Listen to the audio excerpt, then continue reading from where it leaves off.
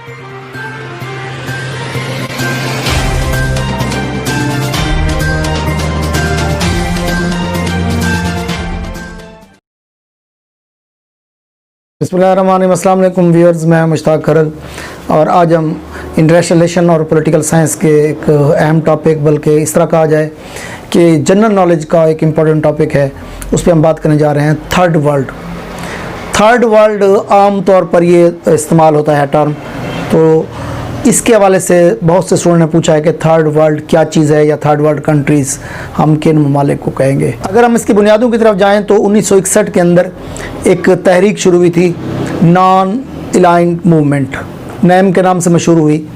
इसके अंदर उस वक्त के 121 डेवलपिंग कंट्रीज़ ने शिरकत की थी। अब इन ममालिक का बुनियादी मकसद ये था कि जो दुनिया के अंदर दो बड़े धड़े चल रहे थे, दो ब्लॉक्स उस वक्त काम कर रहे थे, यूएसएसआर और यूएसए। एक ईस्टर्न फोर्सेस थी और दूसरी तरफ वेस्टर्न फोर्सेस थी।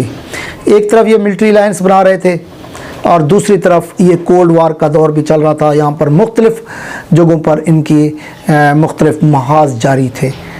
तो कुछ ममालिक ने ये फ़ैसला किया कि इन बड़े ममालिक की धड़ेबंदी के अंदर या इनके किसी भी एक तरफ इताअत की सूरत में वो रगड़े जाएंगे, तो बेहतर यह है कि वो इन दोनों ब्लॉक से अलहदा रहें। तो जब भी वो उन्होंने न्यूट्रल रहने का फ़ैसला किया तो ये नॉन अलाइंड मूवमेंट के नाम से ये मशहूर हुई। उस वक्त से ये ममालिक जो है थर्ड वर्ल्ड कंट्रीज़ के नाम से मशहूर हुए। अगर आज के दौर में इस टर्म की हम बात करें तो इसमें वो कंट्रीज़ शामिल हैं जो डेवलपिंग कंट्रीज़ हैं, एशिया, अफ्रीका और लातीनी अमेरिका के वो ममालिक जो अपनी बुनियादी ज़रूरियात भी पूरी नहीं कर पा रहे, जिनमें शरअ अमवात जो है वो बहुत ज़्यादा है, और ख़ास तौर पर जो बिल्कुल इब्तिदा में बच्चे की पैदाइश के फ़ौरन बाद जो है बच्चे की डेथ हो जाती है, ये सबसे ज़्यादा है।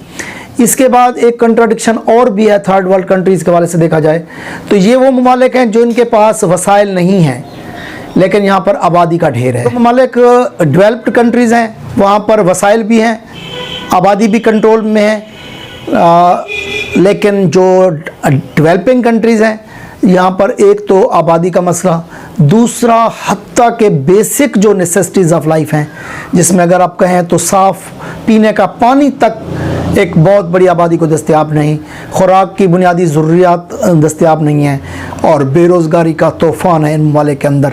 मुआशी लिहाज से ये इंतहाई कमज़ोर ममालिक हैं। अगर हम पाकिस्तान की बात करें, साथ बांग्लादेश की बात करें, तो इस तरह के जितने एशिया के मोस्टली ममालिक हैं और एशिया के साथ साथ अफ्रीका और लातीनी अमेरिका के बहुत से ममालिक जो बुनियादी ज़रूरियात ज़िंदगी से महरूम हैं, उनको हम थर्ड वर्ल्ड कंट्रीज़ कह सकते हैं, जो शुरू में 1961 की मूवमेंट का हिस्सा थे वो ममालिक, और अब वो ममालिक जो गुर्बत की सतह से नीचे ज़िंदगी बसर कर रहे हैं। तो उम्मीद है आपको ये बात क्लियर हो गई होगी कि थर्ड वर्ल्ड कंट्रीज़ कौन से कंट्रीज़ हुआ करते हैं।